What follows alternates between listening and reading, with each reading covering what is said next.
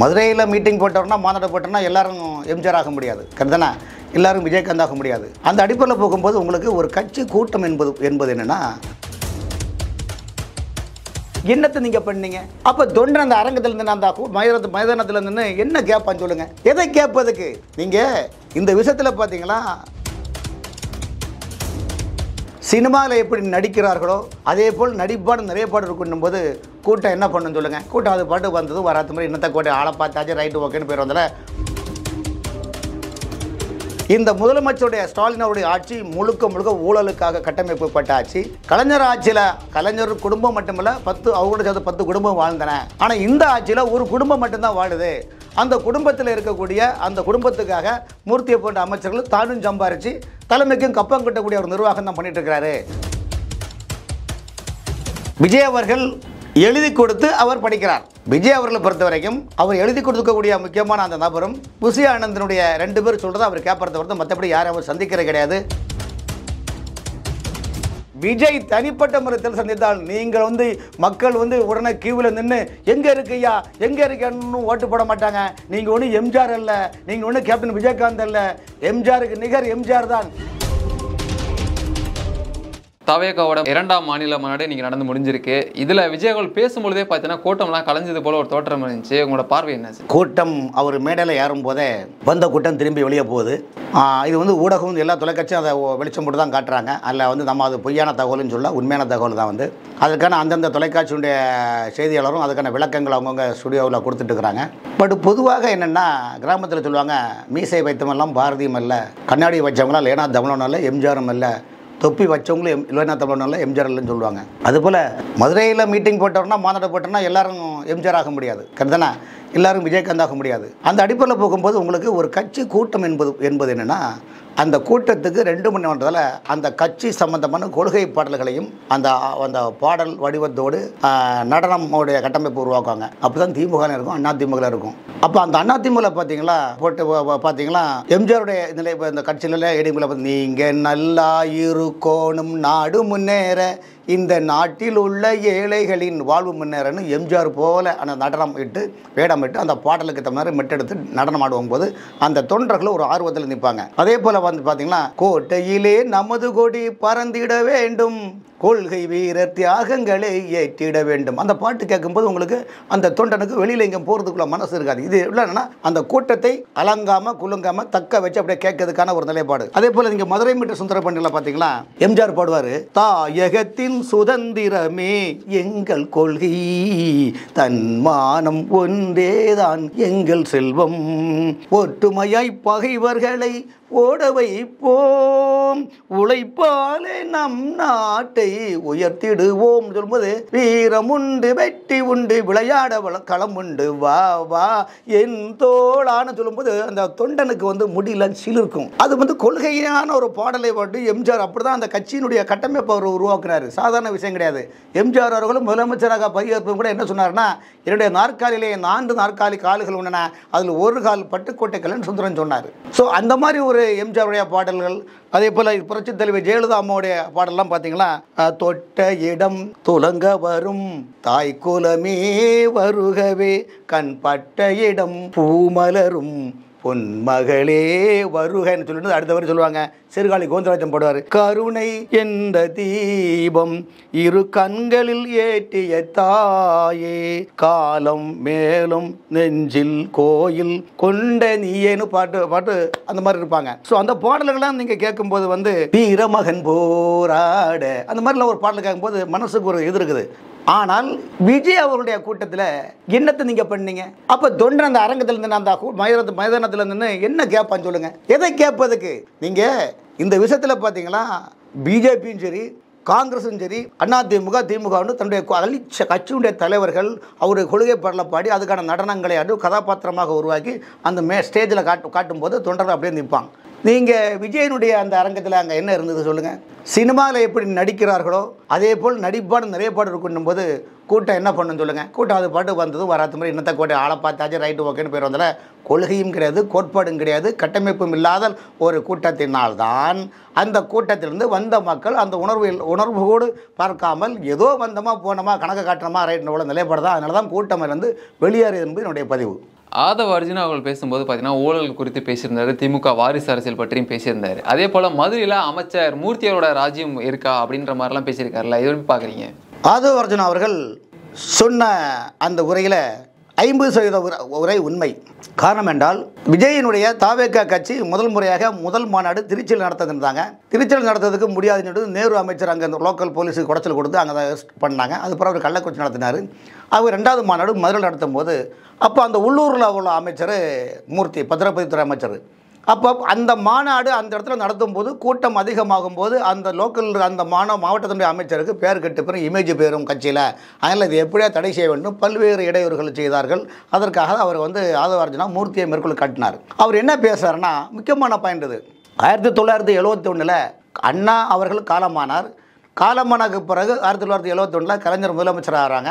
கலைஞர் முதல் எங்கேயோ ஒரு இடத்துல 28வது 10 29 லிஸ்ட்டில் இருந்தவர் கலைஞர் அந்த கட்சியை கைப்பற்றி அதை தான் ஒரு அந்த கட்சிக்கு லீடர்ன்ற உள்ள நிலைப்பாடு உருவாக்கி இப்போ அந்த அண்ணாவின் கொள்கையை கூட குழி தோண்டி மூடி ஊழல் என்ற சாம்ராஜ்யத்தை கலைஞர் வகுத்தார். அப்போ முதலமைச்சர் ஆகும்போது கட்சியை கொள்கையை மறந்து, அண்ணாவின் கொள்கையை மறந்து அவங்களும் அவங்க குடும்பத்தை சார்ந்த ஒரு 10 பேரும் வாழணும் என்ற ஒரு மனநிலையில் தான் அந்த கட்சியை அவங்க வழிநடத்தி சென்றாங்க. இன்றைக்கி முதலமைச்சர் ஸ்டாலின் வந்த பிறகு மதுரையை சேர்ந்த PT பழனிராஜன் என்ன சொன்னார், இந்த கட்சி ஆட்சியில் வந்திருக்குது, இது மகனும் மருமகனும் சேர்ந்து பல ஆயிரம் கோடி ஊழல் செய்து இந்த கட்சியை நாசம் பண்ணிட்டாங்கன்னு அவர் பேசின ஆடியோ ரிலீஸ் ஆச்சு. ஆகவே ஒரு பாரம்பரியமிக்க PT பழனிராஜன் கட்சியிலிருந்து ஓரங்கட்டப்பட்டார். ஆனால் சம்பந்தமே இல்லாமல் அந்த மாவட்டத்திலிருந்து வணிக வரித்துறையும் பத்திரப்பதித்துறையும் வைக்கக்கூடிய அமைச்சரான மூர்த்தி அங்கே சாம்ராஜ்யத்தை ஆள்றாரு. அதில் மூர்த்தி எப்படி என்ன சொல்கிறாருன்னா, மூர்த்தி எப்படி அங்கே பண்ணுறாருன்னா ஊழலுடைய சாம்ராஜ்யத்தில் கொடிக்கட்டு பறக்கிறாரு. இந்த முதலமைச்சருடைய ஸ்டாலின் அவருடைய ஆட்சி முழுக்க முழுக்க ஊழலுக்காக கட்டமைக்கப்பட்ட ஆட்சி. கலைஞர் ஆட்சியில் கலைஞர் குடும்பம் மட்டுமில்ல, அவரோட சேர்த்து 10 குடும்பம் வாழ்ந்தன. ஆனால் இந்த ஆட்சியில் ஒரு குடும்பம் மட்டும்தான் வாழுது. அந்த குடும்பத்தில் இருக்கக்கூடிய அந்த குடும்பத்துக்காக மூர்த்தியை போன்ற அமைச்சர்கள் தானும் சம்பாரித்து தலைமைக்கும் கப்பம் கட்டக்கூடிய ஒரு நிர்வாகம் தான் பண்ணிட்டு இருக்கிறாரு. ஊழல் சாம்ராஜ்யோட உச்சக்கட்டம் மாநாடு நடத்துவதற்கு இடையூறு செய்தார்கள் என்று ஒரு நிலைப்பாடை சொல்கிறாரு. இதில் உண்மையிலே விஷயம் என்னென்னா, தமிழ்நாடு முழுவதும் பத்திரப்பதித்துறையில் 550க்கு மேற்பட்ட பத்திரப்பதிவு அலுவலகங்கள் உள்ளன. இந்த அலுவலகத்தில் அதிமுக ஆட்சி இருக்கிற நேரத்தில் வேலை செய்த பத்திரப்பதித்துறை சார்ந்த அதிகாரிகளில் 160லேருந்து 200 அதிகாரிகளை இன்னும் காத்திருப்போர் பட்டியலில் வச்சுட்டு இருக்கிறாங்க. ஸோ எல்லா பத்திரப்பதிவு ஆஃபீஸிலும் பார்த்தீங்கன்னா ஜூனியர் அசிஸ்டண்ட்டு சூப்பரண்டுகளை வைத்து சப்ரைசரை ஆக்டிவ் செய்து ஒவ்வொரு டிரான்ஸ்ஃபருக்கும் பல லட்சங்களை வைத்து வசூல் பண்ணி நிர்வாகத்தை பண்ணுறாங்க. அப்போ இந்த ஆட்சி எதுக்காக நடத்துறது? அப்போ எல்லா அமைச்சரும் என்ன பண்ணுறாங்க, அந்தந்த அமைச்சர் எந்தெந்த லாகாவில் இருக்கிறாங்களோ அந்தந்த லாகாவை எப்படி சுருட்டுதுன்னு அங்கங்கே இது பண்ணிருக்காங்க. சமயத்தில் பார்த்தீங்கன்னா MLAஸில் ரேடு பண்ணாங்க. அந்த ரேடு ED இருந்தோன்னே இப்போ பார்த்தீங்கன்னா பல அமைச்சர்கள் தங்களுடைய லாகாக்களில் பணம் டிரான்ஸ்ஃபருக்கான பணத்தை வாங்குவதற்கு சென்னையில் டி நகரில் உள்ள தனியார் லாட்ஜுகளை தங்கி அந்தந்த சில PAக்கள் உட்காந்து துறை ரீதியாக ஒவ்வொரு மாவட்டத்திலும் ஒரு டீமை போட்டு அப்படி வசூல் பண்ணுறாங்க. அந்த வசூல் பண்ண விஷயத்தில் பார்த்திங்கன்னா பத்திரப்பதித்துறை தான் முதன்மையாக ஒரு நிலைப்பாடு இருக்குது. ஏன்னா 2022 நம்முடைய தலைமைச் செயலர் இருந்த இறையன்பு போட்ட அந்த பதிவுத்துறையினுடைய டிரான்ஸ்ஃபர் விஷயங்கள், சீனியாரிட்டி பிரகாரம் வரக்கூடிய டிரான்ஸ்ஃபர் விஷயங்கள், அதுபோல் விஜிலன்ஸ் வழக்குகள் உள்ள நிலைப்பாடுகள், விஜிலன்ஸ் வழக்கு இல்லாமல் ஒழுங்கு நடவடிக்கை எடுக்கக்கூடிய வழக்குகள், இது எல்லாமே கிடப்பில் கிடந்து அந்த இறையன்பு சீஃப் செக்ரட்டரி போட்ட அந்த பத்திரப்பதித்துறைக்கான அந்த ஜிஓக்களே குட்டிச்ச நிர்வாக குப்பையில் போட்டுட்டு இன்றைக்கி பத்திரப்பதித்துறை ஊழலில் மூழ்கி ஆகாயம் மேலே பாதாளம் கீழே ஆனந்த உலகம் நடுவிலே என்ற நிலைப்பாடு பத்திரப்பதித்துறை இன்னை செயல்பட்டு கொண்டிருக்கின்றது. அந்த பத்திரப்பதித்துறையுடைய அந்த IG கூட பார்த்தீங்கன்னா மதுரையில் ஒரு காலத்தில் ஒரு கோட்டாட்சியர் இருந்திருக்காரு. அந்த கோட்டாட்சியரை தனக்குன்னு ஜால்ரா போடுறதுக்காக தான் செய்யக்கூடிய வேலை செய்வதற்காக தான் அங்கே அந்த பத்திரப்பதித்துறை IGயும் அவங்க நியமிச்சிருக்காங்க. ஸோ இதெல்லாம் ஆதவ அர்ஜுனா கொட்டிட்டு காட்டார். ரெண்டாவது என்ன சொல்கிறாருன்னா, 1967 அண்ணா முதலமைச்சராக இருக்கார், சமூக நீதிகளை கொண்டு வந்தாங்க. அப்புறம் அது பிறகு கலைஞர் முதலமைச்சர் ஆன பிறகு அதாவது இனத்தாலும் மொழியாலும் ஜாதியாலும் சமூக நீதி என்ற போர்வை வச்சு உள்ளாத பொல்லாத நிர்வாகத்தை குட்டிச்சவராக்குறாங்க. ஆகவே இந்த மாதிரி உள்ள நிலைப்பாட்டில் நாங்கள் ஆட்சி அமைப்போம். எப்படி ஆட்சி அமைப்போம்? 1977 எம்ஜிஆர் எப்படி மிகப்பெரிய 72 கட்சி ஆரம்பித்தார், 77 எம்ஜிஆர் மகத்தான ஆட்சியை கொடுத்தார். அந்த மகத்தான ஆட்சி மதுரையில் எப்படி மாற்றத்தை உருவாக்கினதோ அந்த மாற்றத்தை உருவாக்க நாங்கள் பாடுபடுவோம். 2021 ஸ்டாலின் அவருடைய தலைமையில் இருந்த ஆட்சி முழுக்க முழுக்க ஊழலுக்கான ஆட்சி. அந்த ஊழல் ஆட்சியை அகற்ற வேண்டும். விஜய் அவர்கள் முதலமைச்சர் ஆவதில் எந்த மாற்றமும் கிடையாது. ஆகவே மக்களின் ஒருங்கிணைந்த சக்தியோடு தொண்டர்களின் உழைப்போடு விஜய் அவர்கள் முதலமைச்சர் அவர்கள் எந்த இதுவும் கிடையாதுன்னு சொல்லிட்டு இடையிடையே நம்ம அந்த கண்மணி பொன்மணின்னு குணாபுரத்தை சொன்ன மாதிரி பிஜேபியை லைட்டாக ஒரு டச் பண்ணாங்க. அப்புறம் அதிமுக கொஞ்சம் கடிச்சாங்க. ஸோ இது வந்து எப்படி இருந்தாலும் சாப்பாடு அரிசி உணவும்போது ரசம் மோர் புளிசோரி எரிசோரின்னு இருக்க தானே செய்யும். அதே போல் கொஞ்சம் சைடிஷ்லாம் போட்டு ஒரு பேக்கப் பண்ணி ஆதவ அர்ஜுனா சொல்லியிருக்காரு. பட் ஆதவ அர்ஜுனா சொன்னதில் 50% முழுக்க முழுக்க திமுகவுடைய ஆட்சியுடைய ஊழலை பற்றி தோலெடுத்து காட்டியிருக்கிறாரு. அது எங்களோட வரவேற்கத்தக்கது. விஜய் அவர்கள் பேசும்போது கூட பார்த்தீங்கன்னா சிங்கமோட கதையெல்லாம் சொல்லியிருந்தார். ஒரு நாட்டுக்கு எப்படி வந்துட்டு ராஜாவாக இருக்க முடியுமா சிங்கம் அப்படிலாம் மேற்கோள் காட்டி பேசியிருந்தாரு. உங்களோட கருத்து என்ன சார் இதில்? விஜய் அவர்கள் எழுதி கொடுத்து அவர் படிக்கிறார். விஜய் அவர்களை பொறுத்த வரைக்கும் அவர் எழுதி கொடுக்கக்கூடிய முக்கியமான அந்த நபரும் புசி ஆனந்தனுடைய 2 பேர் சொல்கிறத அவர் கேட்பறத பொறுத்து மற்றபடி யாரும் அவர் சந்திக்கிறது கிடையாது.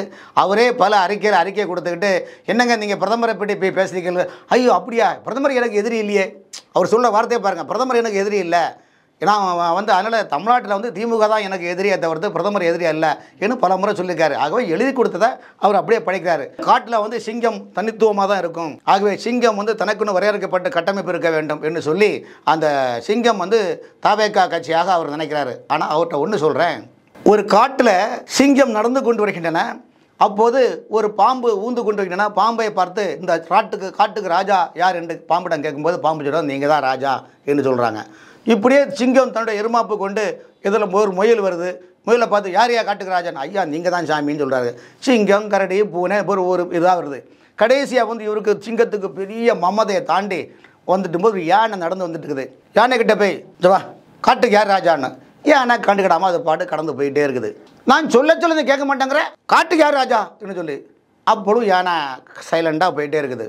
பொறுமைக்கு எல்லை இருக்கணும் இல்லையா, அதில் யானையை மூவ் பண்ண விடாமல் நடந்து போக விடாமல் அது குறுக்கா நின்று காட்டுக்கு யார் ராஜா சொல்லி தான் ஆகணும் என்று மிரட்டுது. ஒரு முறை மிரட்டலாம், 2 முறை மிரட்டலாம். மிரட்டலே வாழ்க்கைன்னு என்ன பண்ண முடியும்? உடனே சிங்கத்தை உடனே யானை என்ன பிடிச்சுன்னா தன்னுடைய தும்பிக்கையை வச்சு சிங்கத்துக்கு முதல்ல பலார்னு ஒரு அடி அடித்த அடியில் சிங்கம் பலார்னு குப்புற கவுந்துச்சு. அப்புறம் சிங்கம் கேட்குது, நான் உங்கள்கிட்ட என்ன கேட்டேன், காட்டுக்கு யார் ராஜா தானே கேட்டேன், என்னை எப்படி பாடுபடுத்திட்டேன்னு. அப்போ அதுக்கு பதில் யான் என்ன சொல்லுமா, நீ கேட்டக்கு தானே நானும் பதில் சொன்னேன். ஆகவே நீங்கள் ராஜா, நீங்கள் சிங்கம் நீங்களே உங்களுக்கு வர்ணனை பண்ணுறீங்க. ஆனால் உங்களை விட டெல்லியில் யானை பலம் உள்ள ஒரு சக்தி உள்ளது, அது பிரதமர் மோடி என்ற சக்தி என்று நீங்கள் மறந்துவிடக்கூடாது. ஆகவே நீங்கள் வாய்ப்புளித்ததா மாங்கால் புத்ததான்னு சொல்லது அது உங்களுடைய விருப்பம். ஆனால் தமிழ்நாட்டை பொறுத்தவரையும் என்ன சொல்கிறாரு, திமுகவுக்கும் இந்த சட்டமன்றத்தில் திமுகவுக்கும் தவேகாவுக்கும் தான் போட்டி என்ன சொல்கிறாரு. இது எப்படின்னா கூரையேறி கோழி பிடிக்க தெரியாதவன் வானையேறி வைகுண்டம் போன கதை மாதிரி இருக்குது வந்து. ஆகவே இந்த தமிழ்நாட்டை பொறுத்தவரையும் திமுகவா அதிமுக நிலைப்பாடு என்ற ஒரு புறமே இருந்தாலும் இன்றைக்கி 2026 தேர்தலில் வந்து திமுகவுக்கும் இந்தியா கூட்டணிக்கும் என்டிஏ கூட்டணிக்கு தான் உள்ள போட்டியான நிலைப்பாடு இருக்கின்றது. காரணம் என்றால் விஜய் அவர்கள் இன்றைக்கி தமிழ்நாட்டில் என்ன நடக்குது, என்ன நடந்துட்டு இருக்குது, தமிழ்நாட்டில் அமைச்சர்கள் என்ன நிலைமையில் இருக்கிறாங்க, இந்த அமைச்சரோடு சேர்ந்து லாகாக்கோடு சேர்ந்து அந்த அமைச்சர்களோடு சேர்ந்து ஒவ்வொரு அதிகாரிகளும் எப்படி சோப்பு போட்டு தமிழ்நாட்டின் நிதிகளை கொள்ளாடிக்கிறாங்கன்னு ஒன்றுமே அவருக்கு தெரியாது. எவ்வொரு பாட்டுக்கு சித்தம் போக்கு சிவம் போக்குன்னு சொல்லிட்டு ஏதோ மேடலை போட்டோம் பேசுகிற மாதிரி நிலைப்பாடு இருக்குது. எப்படின்னா விஜயினுடைய பேச்சு எப்படின்னா கருப்பு பணம்னு படம், அந்த கருப்பு பணத்தில் கண்ணதாசன் பாட்டு எழுதுவார், கையிலே பணம் இருந்தா கழுதை கூட அரசனடி, கைதட்ட ஆள் இருந்தா காக்கை கூட அழகனடி, கையிலே பணம் இருந்தால் கழுதை கூட அரசனடி, கைதட்ட ஆள் இருந்தால் காக்கா கூட அழகனடி, பொய்யிலே நீந்தி வந்தால் புழுகனெல்லாம் தலைவனடி, பூசாரி வேலை செய்யும் ஆசாரி சூரனடி, பூசாரி வேலை செய்யும் ஆசாரி சூரனடின்றா. இந்த பாடல் வரி அர்த்தம் வந்து புரிந்தவர்களுக்கு தெரியும். அதே மதுரையிலேருந்து அவர் சொல்கிறாரு, இந்த மதுரையில் எம்ஜிஆரை யார் நேசிக்கின்றனர் உங்களுக்கு எல்லாம் தெரியும். கேப்டன் விஜயகாந்த் இந்த மதுரை மாவட்டத்தை சேர்ந்தவர் தான். ஆகவே நான் விஜயகாந்துடைய பாலிசியை நான் கடைபிடிக்கிறேன். எம்ஜிஆர் பாலிசியை கடைபிடிக்க அவன் சொத்து எவன் அப்போ விட்டு பிள்ளைங்க இவரெல்லாம் இன்சியல் கொண்டாடுற மாதிரி இருக்குது. இப்போ மதுரையில் உங்களுக்கு கேப்டன் மட்டும் தான் தெரிகிறாரா? ஏங்க இந்த தேசியமும் தெய்வீகமும் எனது 2 கண்களும் சொன்னது யாரு? முத்துராமலிங்க தேவர் தானே. முத்துராமலிங்க தேவர் இல்லாமல் அங்கு மதுரையில் அரசியல் செய்ய முடியுமா சொல்லுங்க? அண்ணாதுரை அவர்களே மதுரையிலிருந்து ராமபிரானை ஆபாசமாக பேசுகின்ற போதும் அடியே மீனாட்சி கிளட்டடி மூக்குத்தி என்ற அந்த சொன்ன வார்த்தைக்கு வாபஸ் செய்யாவிட்டால் அண்ணாதுரை இந்த மதுரை விட்டு செல்ல முடியாது சொன்னார். ஓடினாரா இல்லையா? அப்படிப்பட்ட ஒரு முத்துராமலிங்க தேவர் வீர சவார்கருடைய படத்தையே அவரை வீட்டில் வச்சிருக்கிறார். மட்டுமல்ல, வீர சவார்கரும் அவரை நேசித்தவர் என்பதை சொல்லிக் கொள்கிறேன். அப்படிப்பட்ட மதுரை மாநகரத்தில் மதுரை மீனாட்சி, எப்படிப்பட்ட தெய்வங்கள், எப்படிப்பட்ட தலைவர்கள், எப்படிப்பட்ட ஆதீன மடாதிபதிகள் இருந்தால் அதில் விஜயகாந்தும் உள்ளார். நாங்கள் அது மறுக்கவில்லை. ஆனால் உங்களுக்கு தேர்தலுக்காக எல்லாம் மறந்து நீங்க விஜயகாந்த் அவருடைய பெயரை மட்டும் எடுக்க காரணம் என்ன? இதை வைத்து ஒரு அரசியல் செய்யலாம் என்று நீங்கள் நினைக்கிறார்கள் என்றால் எப்படின்னா, அதுலேயும் பாருங்க, அதுலேயும் மதுரைக்கு சொல்றேன். நீங்க மதுரையுடைய புகழை பிடி சொன்னீங்களா? அந்த மதுரை மன்றை கண்ணகியுடைய வரலாறு சொன்னீங்களா? எதுவுமே நீங்க சொல்ல, சும்மா ஏதாவது சொல்லி மக்களை ஏமாற்ற வேண்டும் சொல்ல. அதுல மதுரை வீரன் படத்துல எம்ஜிஆர் ஒரு பாட்டு பாடுவார் பாருங்க. நாச்சியப்பா சங்கிலி கருப்பா பூச்சி காட்டும் போக்கிரி சுப்பா, நாச்சியப்பா சங்கிலி கருப்பா பூச்சி காட்டும் போக்கிரி சுப்பா, மூட்டை அடிச்சா உன்னையே விடுவானா எண்ணி பாருங்க ஐயா எண்ணி பாருங்க. அடுத்த சொல்லுவார் எம்ஜிஆர், காலமெல்லாம் வழிப்பறி கொள்ளை கண்டம் போட்டு பிழைப்பதில் தொல்லை. இன்றைய திராவிட கட்சிகளுக்கு, இன்றைய திமுகவுக்கும் அன்னைக்கே எம்ஜிஆர் இவ்வளவு அழகா பாட்டு படிக்காரு பாருங்க. காலம் எல்லாம் வழிப்பறி கொள்ளை கண்ணம் போட்டு பிழைப்பதும் தொல்லை, கனவில் கூட வேண்டாம் ஐயா நல்லா கேளுங்க. திமுக ஆட்சியா வேண்டே வேண்டாம் சொல்றாரு இன்னைக்கு. ஐயா நல்லா கேளுங்க, ஐயா நல்லா கேளுங்க. மதுரை மாவட்டத்தினுடைய மதுரை மாநகரம் எப்படி உருவானது, அந்த விஜயநகர பேரரசு எப்படி உருவானது, கிருஷ்ணதேவரை எப்படி அந்த கட்டமைப்பு உருவாக்கினார், மாளிகாப்பூர் மன்னன் எப்படி படையெடுத்து மீனாட்சி அம்மன் கோயில் நகைகளை எல்லாம் கொள்ளையெடுத்து சென்றானோ, இப்படி சரித்திர வரலாறு பேசாமல், சரித்திர பற்றியே தெரியாமல் சரித்திர போக்கில் பேசிய விஜயவர்களால் தமிழ்நாட்டில் ஒன்றும் நீங்க பண்ண முடியாது சார். நான் எதுக்கு சொல்றேன்னா, மீசை வைத்தவன் எல்லாம் எப்படி பாரதியாரும் அல்ல, தொப்பி வைத்தவரெல்லாம் ஏன்னா தமிழ்நாடும் அல்ல, எம்ஜிஆரும் அல்ல சொன்னது போல் மதுரை என்றால் மதுரையை வைத்து எம்ஜிஆர் அவர்கள் எத்தனையோ படங்கள் எடுத்துள்ளார். இன்னைக்கும் மதுரைக்கு ஒரு பெருமை உண்டு.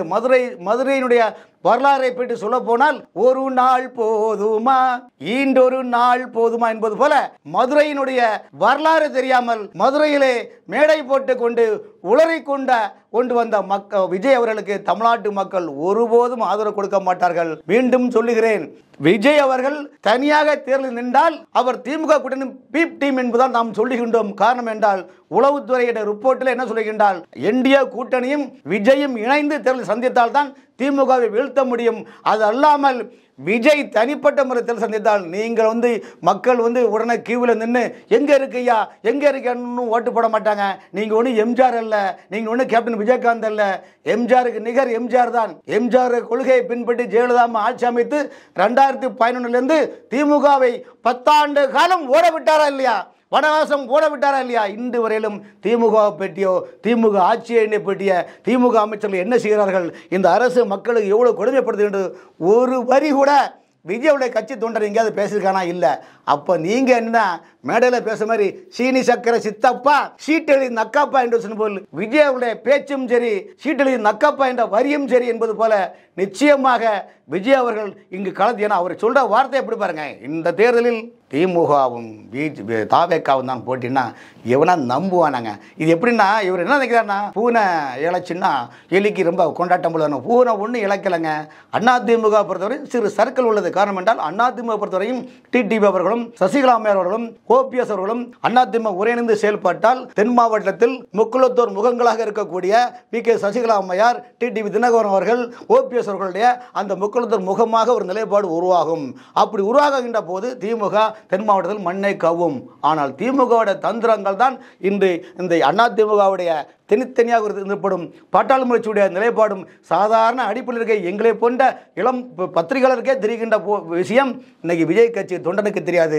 விஜய் கட்சியிலிருந்து உள்ள முக்கியமான நிர்வாகிகளும் படிப்படியாக சாரசாராக வெளியேறி கொண்டிருக்கின்றார்கள். காரணம், என்னோடு தொலைக்காட்சியில் பயணிக்கக்கூடிய பல விவாதத்தில் வரக்கூடிய நண்பர்கள் எல்லாம் விஜய் கட்சியிலிருந்து வெளியே வந்து என்ன காரணம் என்றால் அங்கு எந்த மரியாதையும் இல்லை. அங்கு பார்த்தீங்கன்னா நீ பேர் தான் நண்பர்கள், கொள்கையும் இல்லை, கோட்பாடும் இல்லை. ஆகவே இந்த தமிழகத்தில் திரைப்படத்துறையில் சிவாஜி கணேசன் பண்ணாத அரசியலா சொல்லுங்க? ஆனப்பட்ட கமலஹாசனே லட்சியத்தை மறந்து சிஸ்டம் சரியில்லை என்ற தொலைக்காட்சி டிவியை உடைத்து எல்லாம் செய்து கொண்டவர்கள் இன்று டார்ச் லைட்டும் கீழே போட்டார். ஒரே ஒரு மேல் சபை எம்பிக்காக எல்லாமே அடமான வைத்தார்கள். ஆகவே தான் சொல்லுகிறோம், விஜயால் நிச்சயமாக கரையேற முடியாது. இது ஒரு மாயாஜால தோட்டம். திரைப்படத்தில் சினிமா பார்க்கின்ற போது அந்த படத்தை பார்த்தவுடன் 2 நாள் பார்க்கின்ற போது ரசிகர்கள் அந்த படத்தை எப்படி வர்ணிப்பார்களோ, எப்படி அந்த கதாபாத்திரத்தை சொல்வார்களோ, அதே போலதான் விஜயுடைய கட்சி அமையும் என்பதில் எந்த மாற்றமும் கிடையாது. விஜயால் தமிழகத்தில் எந்த தலையெழுத்து மாறப்போறது கிடையாது. விஜய் திமுகவுடைய சாதாரண உள்ளாட்சி தலைவலியோட ஊழல் கூட வெளிப்படையாக அவர்களை சொல்ல முடியுமா? ஏன் சொல்லவில்லை? அப்போ எதற்கு உங்களுக்கு நாடகம்? நீங்கள் பிஜேபியை எதிர்த்து, பிஜேபி இன்னைக்கு தமிழ்நாட்டு மக்களும் அல்ல, தேச அளவில் மிகப்பெரிய ஒரு சாம்ராஜ்யத்தை அவர்கள் 19 மாநிலத்தில் ஆட்சி அமைத்துக் கொண்டிருக்கிறார்கள். ஆகவே தமிழகத்தில் அவர்கள் கால் ஊன்றி விட்டார்கள். ஆகவே நீங்கள் பிஜேபியை வசைப்பாட்டு பாடுவது என்பது உங்களுக்கு நேரே மல்லக்கப்படுத்த வாயில் துப்பது போன்ற ஒரு நிலைப்பாடு தான். விஜயுடைய 2வது மாநாடு ஒன்றுமே கிடையாது. அது பூஜ்ஜியத்துக்கு நிலைப்பாடு என்பது என்னுடைய பதிவு.